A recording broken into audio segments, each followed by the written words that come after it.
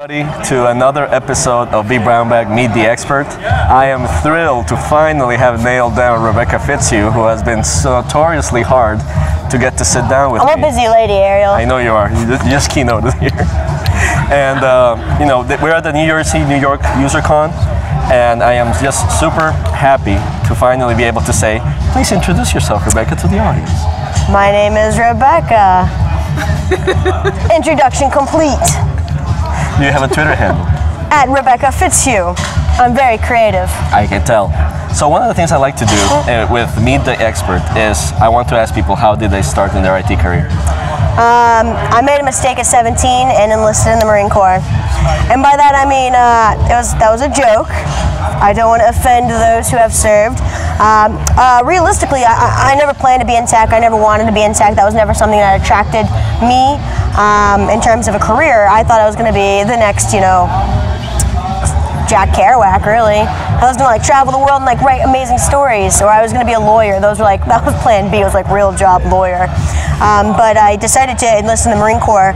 That way I could go to college. And so when you enlist in the military, you take an ABSVAB, which is it's basically a battery exam that helps place you in the correct vocation for your skill set.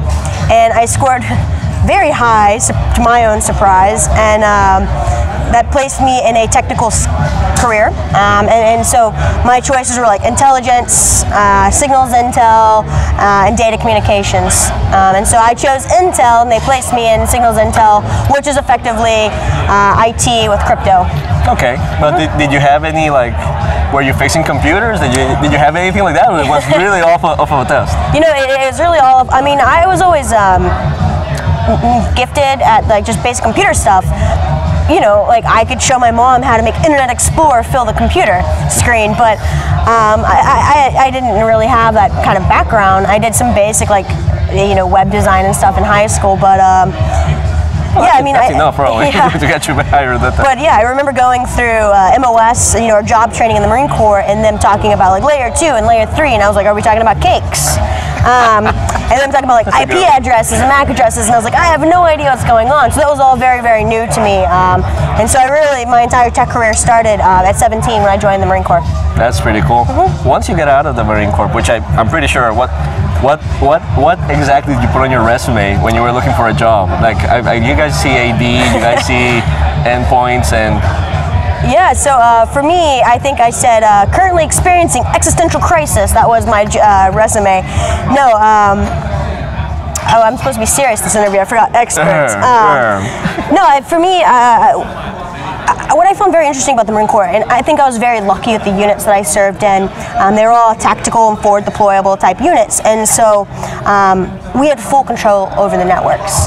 So I didn't ever hear of the term full stack engineer until way, way later in my career, but I realized from day one I was a full stack engineer because I was responsible for all of the network communications, all of the cryptography, all of the storage, be it NAS or SAN storage, all the virtualization, all of the applications, all the load balancing, video telecom, everything. And this is not in a comfy office. You actually have to take these things somewhere, right? You're in the middle of a very not fun place usually. Yeah. I mean, you do spend time in data centers. I was definitely in data center a lot, but you would also take your gear, which would effectively be a mobile server room, and you would drop in country somewhere and set up shop and do a communications exercise. Just bring the difficulty back to very hard. Yeah, so repeatable processes became very important. Automation became very important because you want to be able to set up communications very, very quickly when you're in country, when you're forward deployed.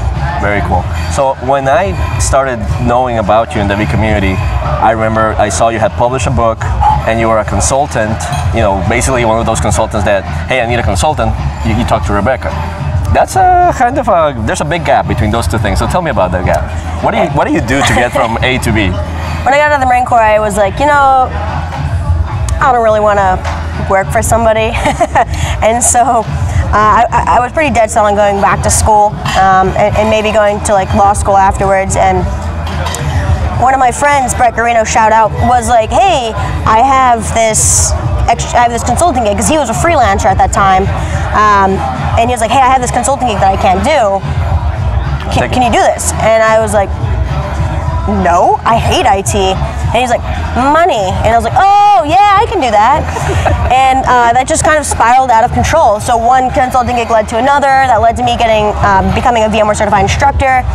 You know, honestly, like I didn't plan a lot of my career. It just sort of happened. It was a lot of luck and being in the right place at the right time and knowing the right people.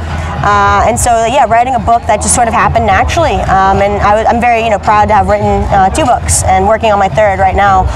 But none of that was planned, and that was never resume fodder or intending. That was just, I have got things in my brain and I can't blog fast enough to keep up with the things that I'm thinking. Maybe I should just write long form. So it's just a way to give back to people who helped me getting started.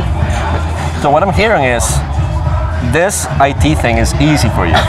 It's relatively easy for you. You're like, oh yeah, you just get a cert or go do this and that. I've failed my way to success. Tell me about the VCDX process. It's just a lot of, there are things in tech that I'm naturally good at, and there's things that I'm not naturally good at. And things change all day, every day, so please don't let me lead you to believe that these just naturally come, and I'm so gifted at my job. It's a lot of studying. I spend many hours a week studying. And when I was in the military, and I'd be on night shift, and we wouldn't have a lot of things to do, I would pull down that Exchange Server 2003 book and crack into it and start reading and taking notes. And I regret that. I should have been watching How I Met Your Mother. But instead I was no, I'm kidding. Instead I was studying, and so a big part of what I like about tech and why I stay in tech is that I always imagine myself being a lifelong learner. And if the US government would pay for me to sit in college for the rest of my life, I would do it. But the GI Bill only goes so far. And the beautiful thing about technology is that it changes so frequently that you have to be a lifelong learner to succeed. And I'm just trying to keep up with everybody else. Okay. I look around, I'm like, I don't know that thing, and I'm just trying to keep up. All right. Tell me about the VCDX process, because I know you're VCDX 243, I think. I am VCDX 243. So maybe a year ago you got it? About a year ago, yes. Tell me about that, because it's something that a lot of people aspire to, especially in our V community. We need more VCDXs, so if it is something that interests you, please pursue it. Please do it. I'm not going to pretend like the road is short, and I'm not going to pretend like it's a lot of fun, but what you learn in that process is immensely gratifying. And you have that moment where it all just sort of clicks. And sometimes it's after you pass, and you just go, oh, I kind of get it now. And it's just, it's worth it. Pass or fail, pursuing the VCDX makes you a better architect, and it makes you a better technologist, and I strongly recommend it to anybody. And please, we need more VCDXs, pursue it. All right. Well, I know your career is long, right? I know not you're that working long, for... not that old. But you have achieved a lot. So tell me about the move to Rubrik, and especially what gets you worked up now. Like what really excites you about coming out and working, especially business at UserCons? I like to just learn from other people. I like to sit in on other sessions, and what I love is that we all have unique perspectives on different products and how to design those products, or what the best practices should be or are. And so I just like to hear from other people, because realistically no one's really that original. What we do is we kind of take ideas from other people and add them together and form our own opinion based off of them. So I just really like to learn from others. That's what I love. And what drew me to Rubrik was the technology is great. I mean, it's great tech, it's great software, but I saw the people working for Rubrik, and I interviewed with Rubrik, and I walked through the headquarters, and I felt the excitement, and I met the team, and I was just like, those are the people I want to work with. Cool. And that's why I went there. All right, and tell me about, because I know you travel a lot. Tell me about that travel, and especially, I know this is not, this is like the 20th or 30th UserCon you've keynoted in. I haven't keynoted that many times, no. Just a handful of keynotes. I'm not that cool. Yes, you are. No. Yeah, the travel, it's brutal. I mean, to be perfectly honest. But for me, when I'm home for a long period of time, I get a little stir crazy, because since I joined the Marine Corps, I've deployed nonstop. I'm constantly moving, and so when I'm home for 2 weeks or something like that, and I'm like, whoa, is this normal life? Do I need to go to the grocery store? I don't know how to be a normal adult. And then I'm like, it's time for me to go on the road again. And so, yeah, but it is brutal. You sacrifice a lot of things in your personal life for your career. All right. Well, I think you've been doing a great job of your career so far, so kudos to you. Thank you. One last thing, because this is the vBrownBag channel, so shout out vBrownBag. You and I are crew.